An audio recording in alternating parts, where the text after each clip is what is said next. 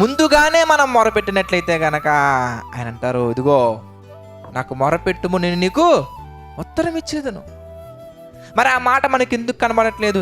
ఎప్పుడో ఎవరో ఎక్కడో చెప్పినటువంటి ఆ పర్సన్ మనం కాంటాక్ట్ అవ్వడం కోసం చాలా ప్రయాసపడతాం, కానీ మన ప్రయత్నాలు దేవునికి ప్రార్థించిన తర్వాత కనుక మనం ప్రారంభించినట్లయితే, దేవుని సన్నిధిలో కనుక మనం మొనపెట్టిన తర్వాత, దేవునికి కనుక మన విన్నపాలను తెలియచేసిన తర్వాత, తండ్రి నీ చిత్తమైతే ముందుకు తీసుకెళ్ళయ్యా, నీ చిత్తం లేకపోతే ఆపివేయ్యా, ఏదేమైనా కానీ నీకు ఆయాసకరమైన మార్గాలలో నిన్ను వెళ్ళకుండా నాకు సహాయం చేయ ప్రభువా, నీ సన్నిధిలో నన్ను దీవించయ్యా, నాకు సహాయం చేయ ప్రభువా అని మనం వెళ్ళినట్లయితే కనుక ప్రియులారా, దేవుడు తప్పకుండా అంటున్నారు, ఇగో మీరు అన్నీ చేస్తున్నారు, ఆశిస్తున్నారు, అన్నీ చేస్తున్నారు, కానీ దేవుణ్ణి మాత్రం మీరు అడగట్లేదు. అంటే ప్రార్థన చేయకుండా మనం ఏ పని చేసినా కూడా అది సక్సెస్ అవ్వదండి.